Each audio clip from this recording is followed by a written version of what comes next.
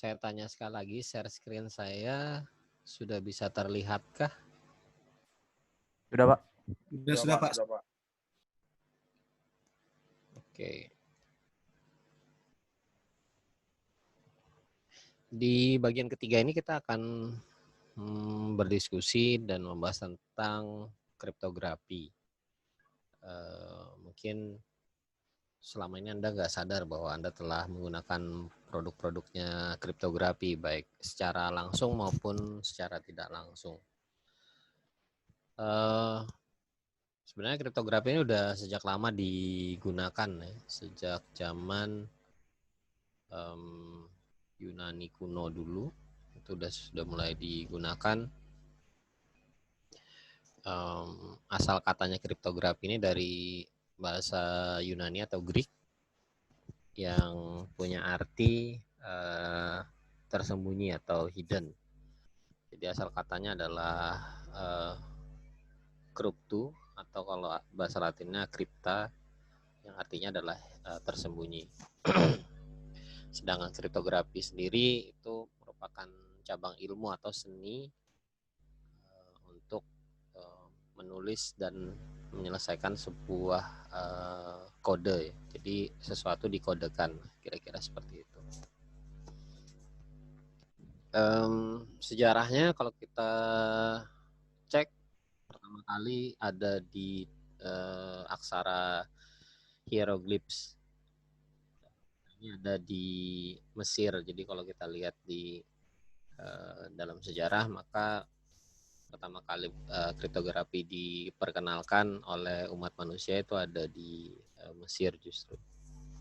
Anda bisa lihat lebih jauh sejarah tentang kriptografi itu di link yang ada di bawah itu.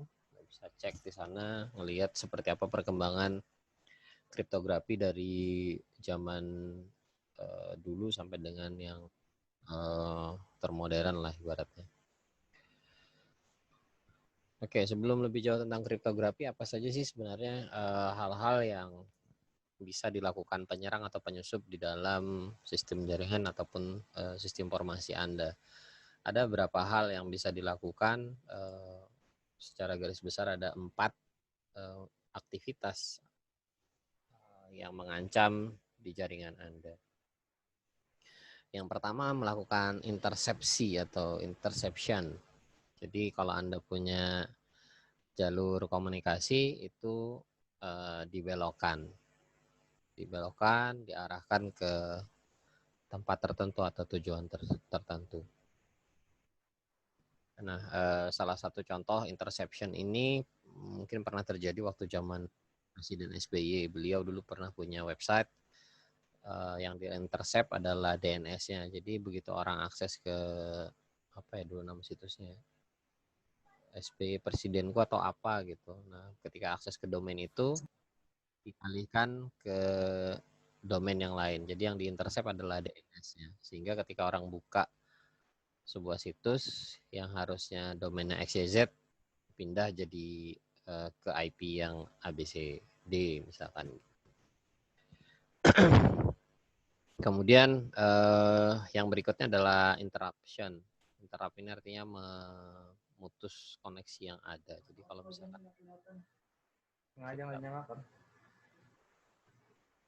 halo, Enggak.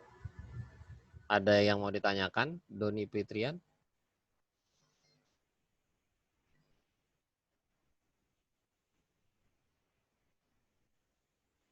Oke, saya lanjut kalau nggak ada yang mau ditanyakan. Interruption, koneksi yang ada di-cut, kemudian diblok sehingga orang tidak bisa mendapatkan informasi yang ada. Ini mirip dengan kalau kemarin saya contohkan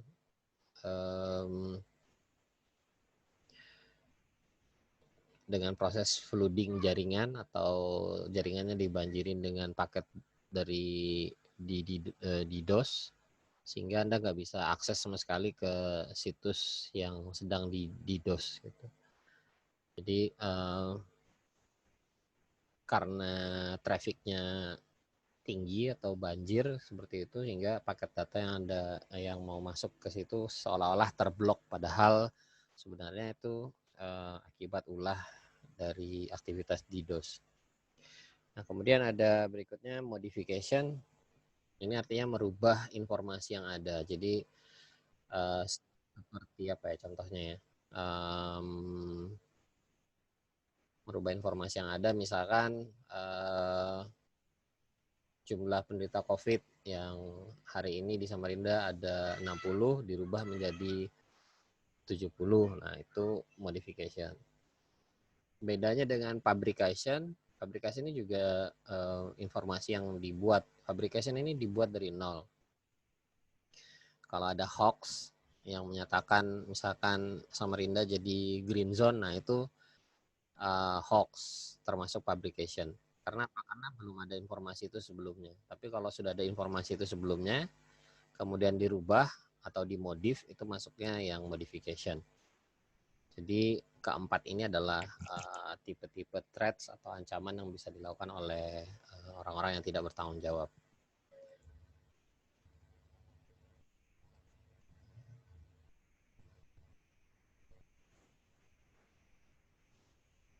Oke, ketika kita bicara tentang orang-orang yang tidak bertanggung jawab, apa sih yang mendasari mereka melakukan serangan tersebut? Nah, sebelum ke hal-hal yang lebih spesifik, ada 3 hal yang harus dimiliki oleh si penyerang. Yang pertama, metodnya tentu saja dia harus memiliki skill atau keterampilan atau pengetahuan atau cara-cara menggunakan aplikasi, atau kalau misalkan ada perangkat dalam bentuk hardware, dia juga harus tahu bagaimana cara menggunakannya untuk melakukan serangan. Dan punya kesempatan untuk melakukan serangan. Kalau nggak ada waktunya, walaupun alat, modal, segala macam skill sudah punya, tapi kalau nggak ada waktunya ya nggak akan bisa juga terlaksana. Kemudian motif, ini alasan melakukan serangan ya macam-macam. Ada yang motif ekonomi, dalam artian ketika dia melakukan serangan tersebut dia akan mendapatkan keuntungan. Ada yang motifnya cuma iseng, ada yang motifnya untuk ngetes ilmu dan yang lain.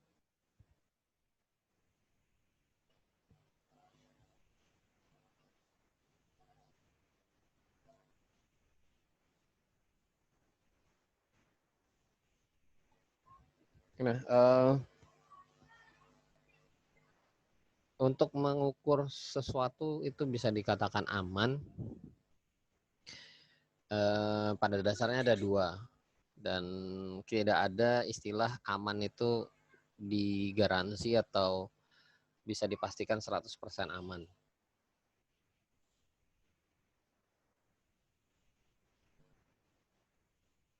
Jadi dimanapun ketika kita terkait dengan sistem keamanan apapun lah, baik itu yang bersifat IT maupun tidak pernah ada kata 100% itu aman. Jadi pasti ada sepersekian persennya itu celah yang bisa dimanfaatkan. Kecuali Anda ya Tuhan atau malaikat yang diberikan kekuatan untuk melakukan pengamanan, itu mungkin bisa 100%. Tapi kalau misalkan masih manusia juga yang terlibat di situ ya pastinya nggak bisa 100%. Nah, sehingga apa yang jadi parameter bahwa suatu sistem bisa dikatakan aman? Ada 2. Yang pertama waktu, yang kedua biaya. Terhadap waktu, sebuah informasi atau data itu dikatakan aman kalau misalkan dalam jangka waktu tertentu dia terjaga keamanannya. Sederhananya begini, ketika Anda berniat untuk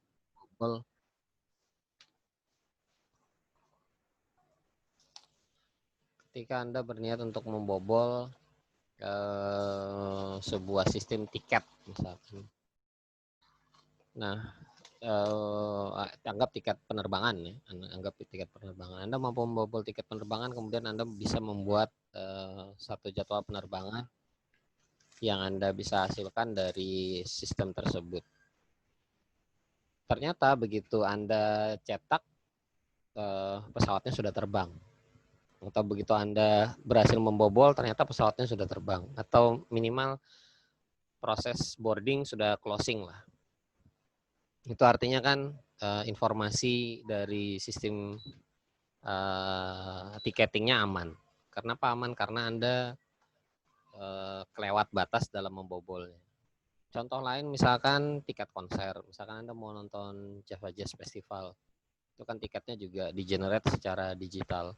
Anda mampu membobolnya, misalkan tayangnya besok tanggal 18, festivalnya tanggal 18.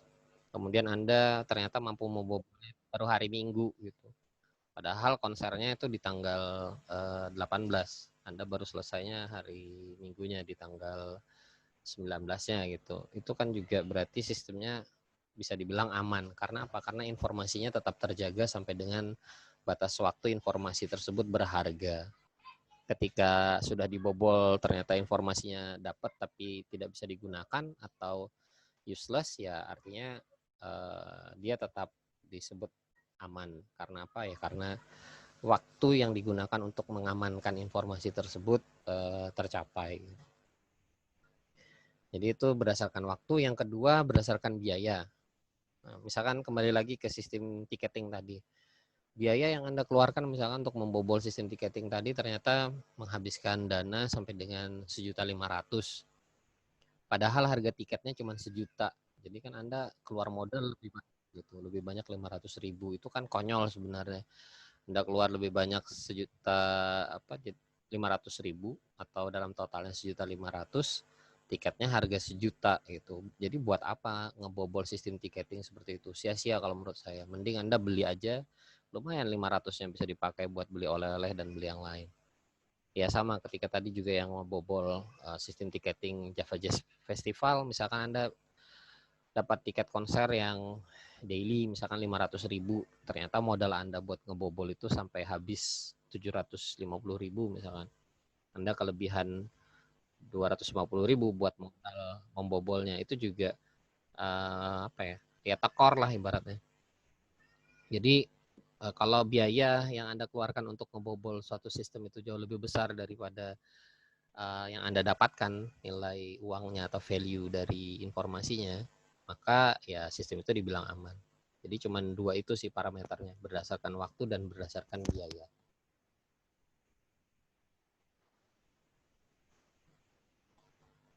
Berikutnya kembali ke kriptografi. Tadi sudah disebutkan di depan, kriptografi itu mengkodekan suatu ya teks misalkan atau tulisan ke dalam bentuk hal yang tidak bisa dibaca langsung oleh orang yang tidak mengetahui algoritmanya atau tidak mengetahui teknik deciphernya atau decodingnya atau decryptnya. Jadi di dalam kriptografi itu pasti ada operasi merubah plain text ke dalam ciphertext atau teks murni dirubah ke dalam bentuk teks yang teracak lah atau teks yang dalam bentuk lain. Yang kemudian ada jumlah key atau password yang digunakan. Ya bisa 1 karakter, 2 karakter atau banyak karakter. Kemudian yang ketiga, bagaimana plain text tadi diproses. Ya ini terkait dengan algoritmanya. Bagaimana teks murni tadi dikodekan sehingga nanti berbentuk ciphertext atau teks yang sudah dikodekan. Jadi dalam sistem kriptografi minimal ada 3 hal ini.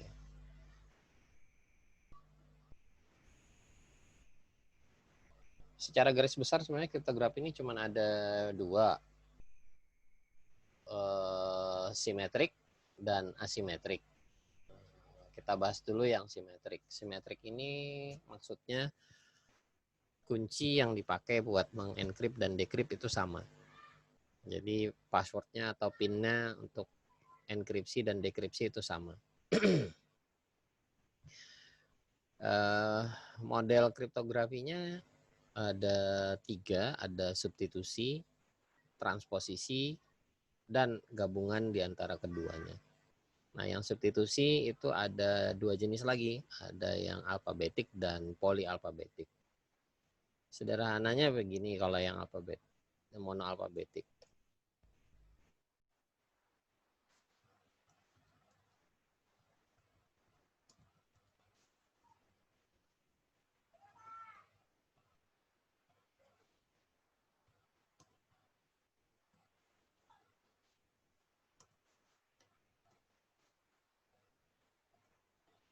Kalau yang pernah ikut pramuka biasanya tahu nih, namanya di pramuka ada nama sandi AN atau A sama dengan N.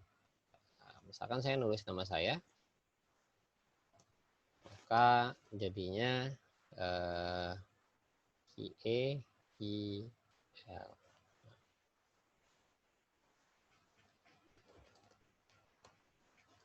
Berdasarkan apa itu ya? Berdasarkan karakter yang ada di sini. Disubstitusikan. Jadi istilahnya substitusi monoalfabetik, setiap satu huruf ini akan disubstitusikan dengan huruf yang ada di sini. Oke, berikutnya polyalfabetik. Polyalfabetik ini sebenarnya satu huruf itu bisa digantikan dengan banyak huruf.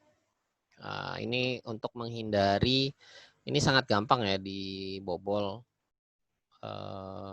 Karena ketahuan ini huruf ini dengan huruf ini pasti akan sama juga nanti munculnya di sini. Sorry, ini E-nya jadi R.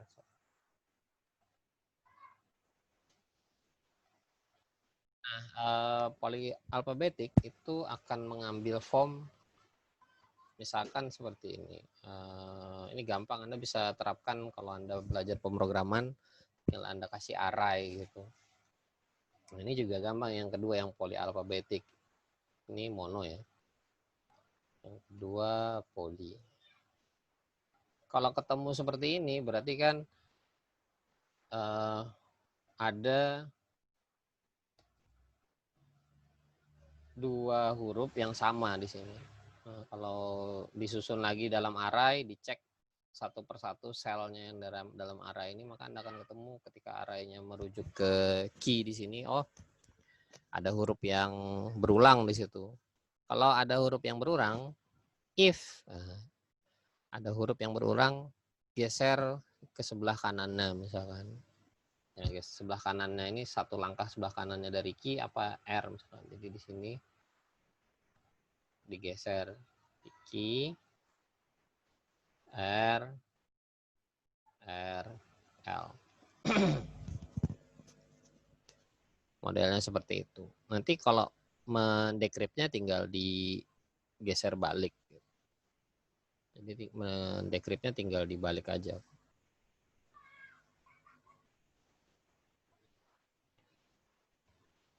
Sampai sini kalau ada yang mau ditanyakan Anda bisa langsung raise hand, atau kalau mau tanya lewat WA atau mau lewat apa lagi ya, di YouTube nanti saya taruh videonya juga, silahkan.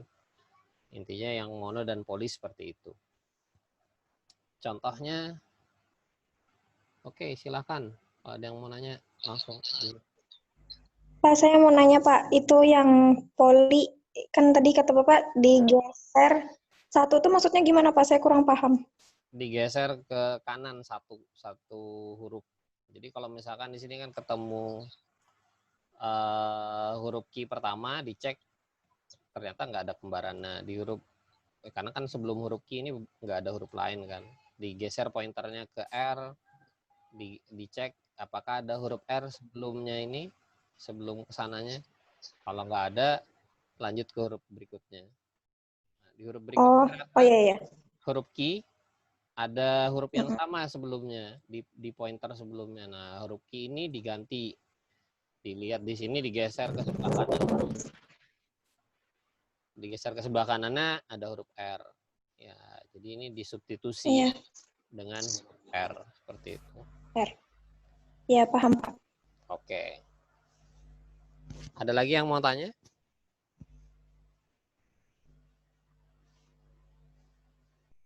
Oke, kalau tidak saya lanjut dengan transposisi. Ups. Kalau Pak nanya lagi Pak. Itu kalau misalnya dia berulangnya itu banyak, ya, jadi digeser lagi. terus apa atau digeser terus? Berarti geser terus. Iya. Misalkan nama saya nah ini kan nanti ketemu lagi di sini huruf D. Huruf D yang berikutnya ganti digeser dengan sebelah S. Berarti S gitu. Siap. Ya, paham Pak.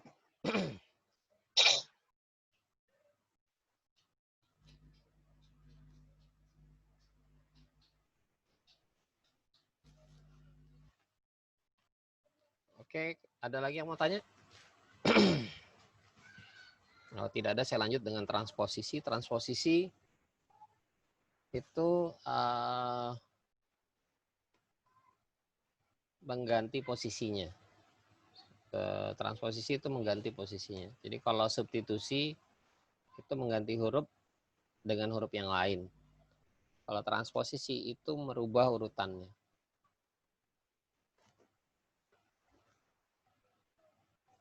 Bentar.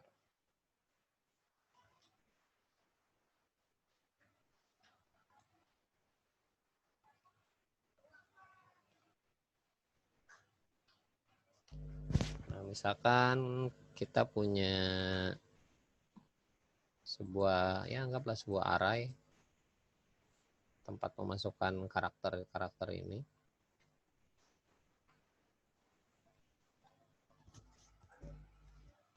Saya mau masukkan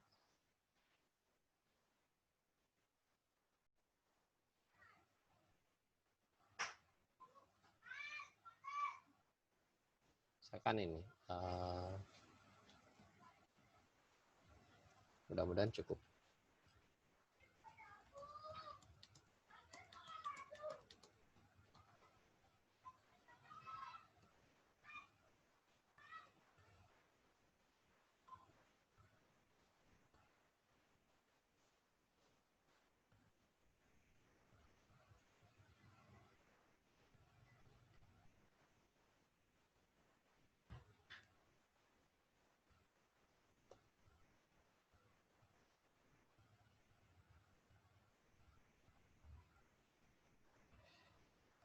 Oke, ini kita kasih karakter while karakter aja sisanya.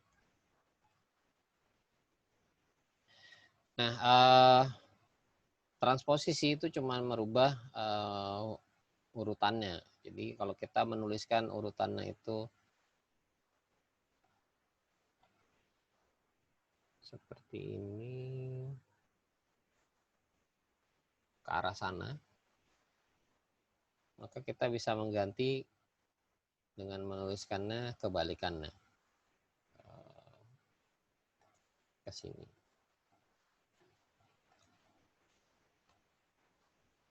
C, B, O, B.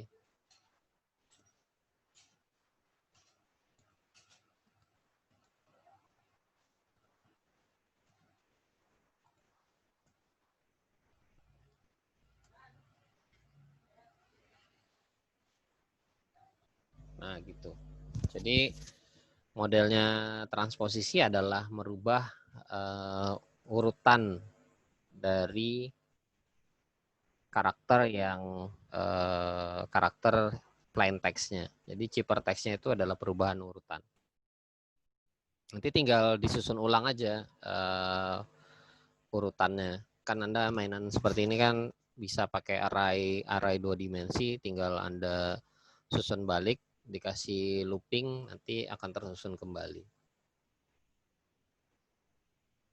Kira-kira seperti itu yang untuk transposisi. Nah, kalau mengandalkan substitusi saja atau transposisi saja, tentu saja akan sangat gampang untuk dibobol, sehingga kita bisa menggunakan kedua metode ini menjadi sebuah sistem enkripsi. atau sistem kriptografi. Contohnya yang cukup terkenal dan sampai ada filmnya segala macam itu adalah Enigma. Ini punyanya Jerman. Ini ada beberapa di dalam film juga. Enigma ini selain transposisi, dia juga ada substitusinya di dalamnya. Nah, kalau yang sekarang yang masih digunakan ini ada DES, AES, Tufis, RC4, ini kriptografi simetrik yang sampai dengan saat ini masih digunakan. Kalau Anda mau lihat, mudah-mudahan masih bisa connect sebentar.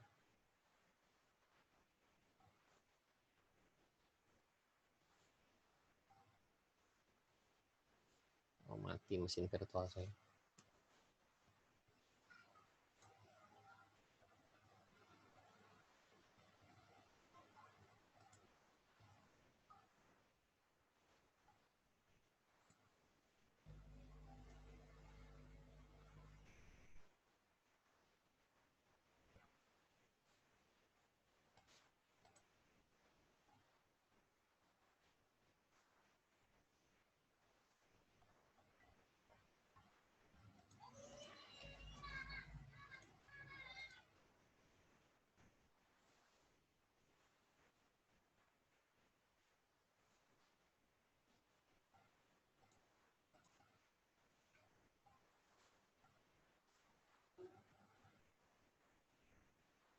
IPsec proposal. Oke, Anda bisa lihat di sini. Ini yang tadi disebutkan dalam modern asymmetric kriptografi. Kita bisa lihat di sini ada AES, kemudian ada triple DES. Ini modifikasinya dari DES ya, data encryption standar. Ada Blowfish juga dan algoritma yang lain, algoritma enkripsi yang lain.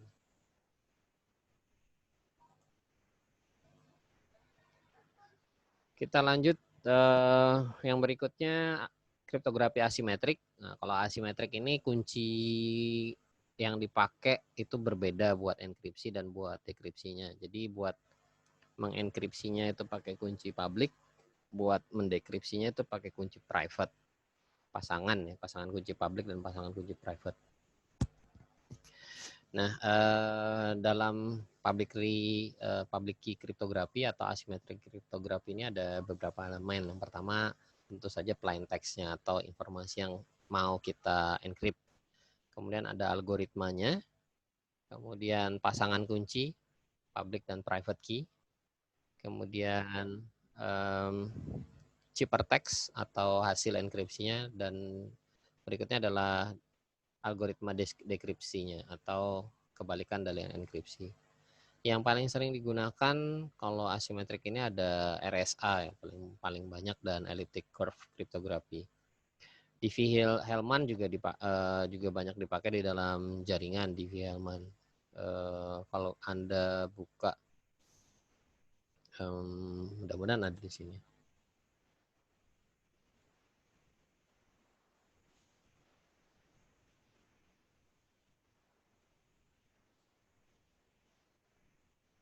Kriptografinya kita bisa lihat, harusnya sih ada di sini.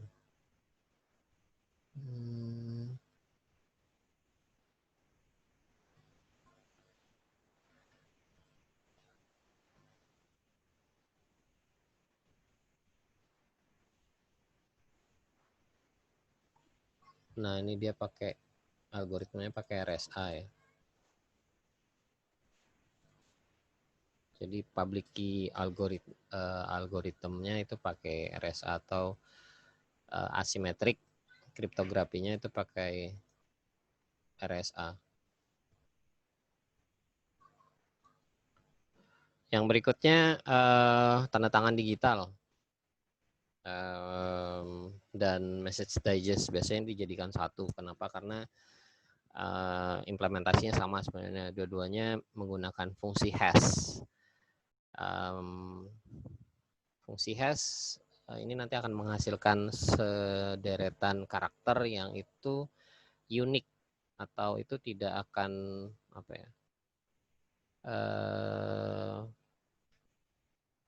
ibaratnya kalau Anda punya kode ABCD, kemudian dihitung dengan hashnya itu dengan algoritma MD5 misalkan, itu tidak akan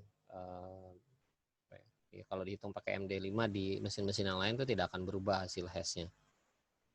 Jadi dia fixed size, jumlahnya seperti apa, sekian karakter.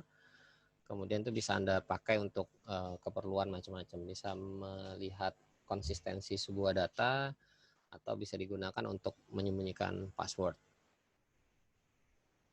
Nah, selain itu juga Anda bisa mengencrypt. Jadi tadi kalau sudah ketemu hasil hashnya, Anda bisa mengenkripsi hasil hashnya tersebut. Nah, ini nanti yang dipakai untuk tanda tangan digital. Jadi hasil enkripsi dari message digest atau fungsi hash itu nanti dijadikan tanda tangan digital. Kita lihat aja contohnya. MD5 exam.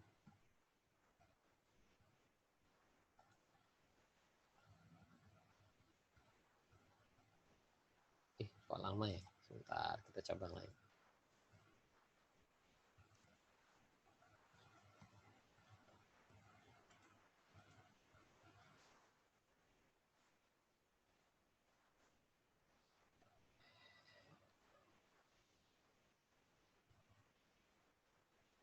Ya, ini contoh, misalkan Anda ngasih password 1234, di generate.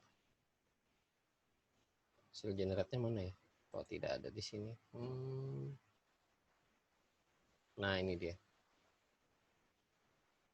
Kalau misalkan Anda pakai password 12345, maka hasil generator MD5-nya adalah ini. Ini yang disimpan ke dalam database. Jadi di database itu tidak menyimpan password Anda yang 1234 ini, tapi yang disimpan adalah yang di atasnya. Nanti ketika Anda keluar dari sistem, kemudian Anda login lagi, masukkan username dan password, si aplikasi itu akan menghitung atau mencari nilai hash-nya dari password Anda sebenarnya. Nanti kalau hasilnya berapa, itu dicocokkan dengan di sini. Termasuk kalau Anda download, misalkan Anda download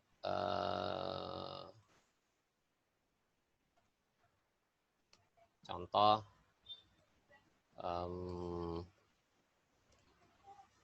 Anda download Ubuntu misalkan. Nah, ketika Anda mendownload ini, Anda sebaiknya sebelum memburn atau install, Anda cek dulu nilai, nah ini nilainya, nilai MD5-nya atau hash-nya. Jadi nanti begitu filenya di-download, ada beberapa tools kecil yang bisa digunakan untuk menghitung MD5 dari file yang Anda download. Apalagi kalau Anda download game yang besar-besar, yang 20 giga, yang belas-belasan giga, sebelum mulai diinstal sebaiknya dicek dulu. Masih konsisten nggak dia setelah di-download? Harusnya nilainya nggak berubah gitu. Ketika dihitung pakai function MD5 atau SHA, selain MD5 ada fungsi SHA juga ya. Nah, itu tidak berubah fungsinya. Nah, ini bisa dianggap sebagai identifier atau identitas sebuah file atau sebuah password yang bisa digunakan untuk melakukan pengecekan integritas.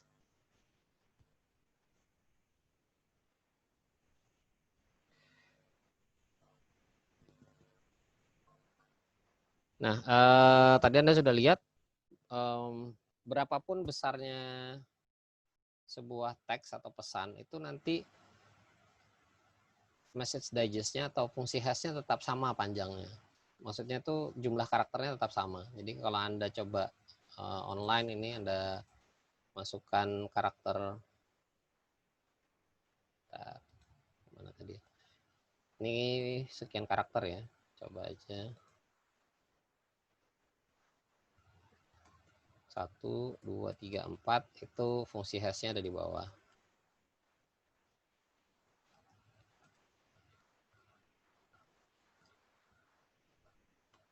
Nah, kalau misalkan Pinnya kita ganti ke 2, 3, 4, 5, 6. Hashnya ini juga akan sama panjangnya. 1, 2, 3, 4, 5, 6. Generate.